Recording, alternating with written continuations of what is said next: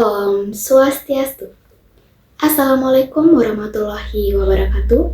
Shalom, salam budaya dan salam kebajikan. Salam harmoni. Sebelumnya, perkenalkan nama saya Nikademi Saputri dengan NIM 2513041004. Izinkan saya memperkenalkan anggota kelompok yang lain, yaitu Gusti Ayudina Mediswari dengan NIM 2513041006 dan Gede Nyoman Leo Upagi Bumira Buditara dengan NIM 2513041008. Pada video kali ini, kelompok kami akan menjelaskan mengenai Brahma Widya dalam agama Hindu. Terdapat 4 topik pembahasan yang akan kita bahas. Yang pertama, Tuhan dalam agama Hindu disebut dengan Sang Yang Widiwasa. Namun mengapa konsep ini tidak dikenal di India? Lalu yang kedua, agama Hindu memuja banyak dewa. Apakah sebutan ini agama Hindu termasuk ke dalam agama politeisme? Yang ketiga, di tataran konsep apa perbedaan antara Brahman dengan Sang Yang Widiwasa? Dan yang terakhir, mengapa demonstran menolak Hare Krishna dan berikan solusinya? Jadi hari ini saya akan menjawab tentang topik pembahasan yang pertama, yaitu Tuhan dalam agama Hindu disebut dengan Sang Yang Widiwasa, namun mengapa konsep ini tidak dikenal di India? Konsep Sang Yang Widiwasa adalah istilah lokal di Bali untuk menyebut Tuhan Yang Maha Esa. Istilah ini lahir sebagai bentuk adaptasi dan akulturasi antar kepercayaan asli masyarakat Nusantara dengan ajaran Hindu yang masuk dan berkembang, terutama sejak masa Majapahit, serta reformasi keagamaan oleh tokoh-tokoh seperti Dhyang Ninarta pada abad ke-16. Sebelum Hindu masuk, masyarakat Bali menganut kepercayaan lokal yang bercorak di animisme dan dinamisme, yaitu penghormatan terhadap roh leluhur, kekuatan alam, serta entitas spiritual yang diyakini menjaga kehidupan. Unsur lokal inilah yang kemudian berpadu dengan konsep Hindu tentang Brahman, yaitu realitas tertinggi yang melampaui bentuk dan sifat apapun. Oleh sebab itu, Sang Yang Widiwasa dipahami setara dengan Brahman, yakni sumber dari segala yang ada, tak terbatas, dan tak dapat dijangkau oleh panca indera manusia. Penyebutan Sang Yang Widiwasa juga syarat dengan nuansa kultural, yaitu yang merujuk pada roh suci atau entitas ilahi yang dihormati. Widi berarti hukum, ketentuan, dan tatanan kosmis. Wasa berarti penguasa atau pengendali. Selanjutnya, konsep ini di India, istilah Sang Yang Widiwasa tidak muncul karena Hindu di sana berkembang langsung dari akar filosofis klasik seperti Weda, Upanishad, dan Bhagavad Gita. Ajaran tersebut sejak awal menjelaskan konsep Brahman atau realitas tertinggi, Atman jiwa individu, serta berbagai manifestasi ilahi seperti Iswara Trimurti yang termasuk Brahman, Wisnu, dan Siwa, dan dewi-dewi lainnya. Dengan kata lain, umat Hindu di India tidak memerlukan istilah lokal baru untuk menyebut Tuhan karena mereka sudah memiliki kosmologi yang mapan dan sistematis. Penyembahan dan pemanggilan Tuhan lebih banyak diwujudkan melalui nama dewa-dewi yang dianggap sebagai manifestasi Brahman. Agama Hindu memuja banyak dewa. Apakah sebutan ini Hindu termasuk dalam agama politeisme? Agama Hindu memang berbicara tentang banyak dewa dan umat Hindu menyembah dewa-dewa itu. Misalkan seperti Dewa Wisnu, Dewa Siwa, Dewa Ganesha, Dewi Laksmi, Dewi Durga, dan yang lainnya. Namun, beberapa umat Hindu berpendapat bahwa semua dewa ini hanyalah representasi ciptaan pikiran manusia yang membutuhkan wujud konkret Tuhan untuk difokuskan. Ini mungkin pandangan Advaita, yaitu Brahma itu Esa. Tetapi manusia menyebutnya dengan nama yang berbeda dan membayangkannya dengan wujud yang berbeda. Meskipun meyakini banyak dewa, namun pada intinya semua dewa itu adalah manifestasi dari satu Tuhan yang sama, yaitu Brahman. Hal ini secara eksplisit tersurat dalam kitab suci Weda yang menyatakan Eko Narayana Nadwityo Astikascit. Artinya hanya ada satu Tuhan, tidak ada duanya.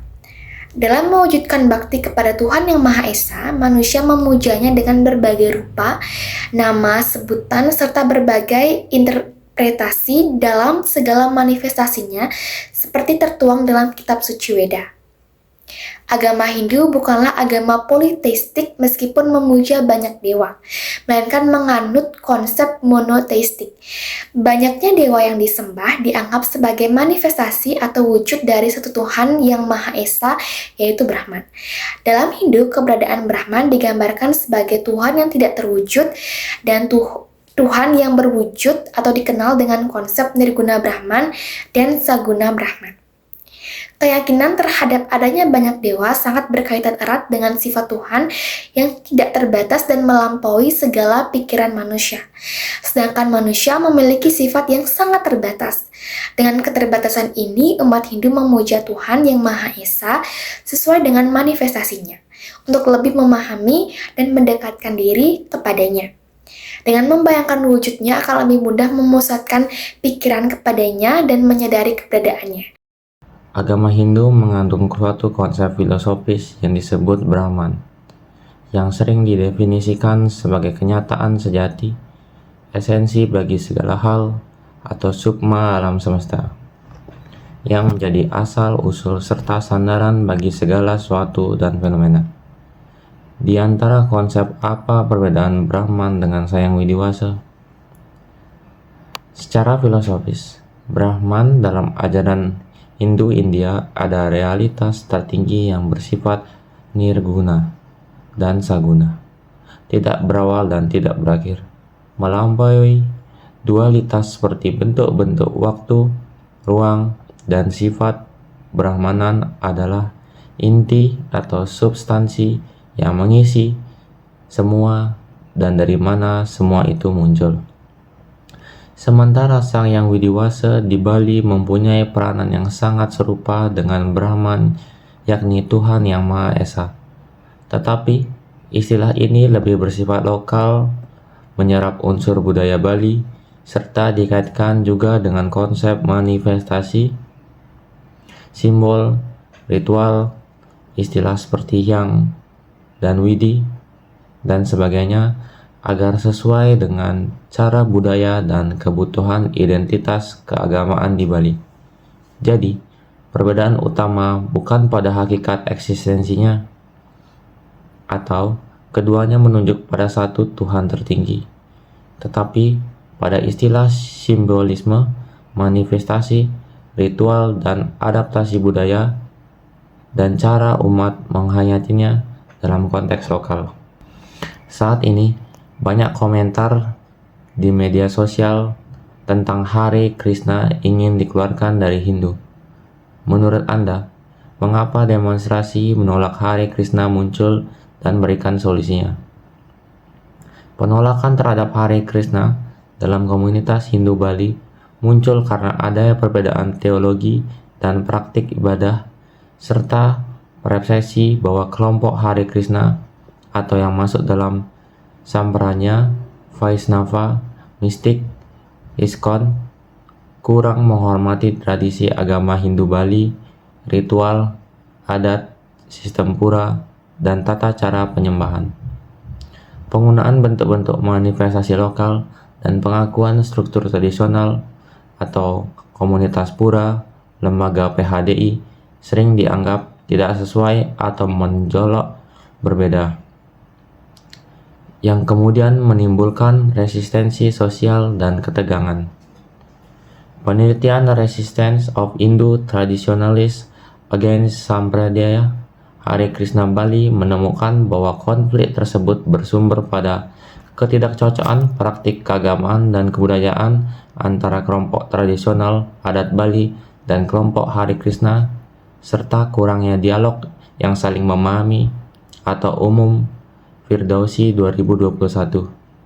Solusinya meliputi dialog terbuka antara pemuka tradisional dan kelompok Hare Krishna, regulasi ke dalam organisasi keagamaan resmi agar keberadaan dan praktiknya diakui secara normatif, pemberian pendidikan umum kepada umat Hindu mengenai keragaman sampradaya dalam Hindu agar muncul sikap toleransi serta upaya adaptasi dari kelompok Hare Krishna terhadap unsur-unsur adat lokal Bali sebagai bentuk penghormatan terhadap tradisi yang telah ada.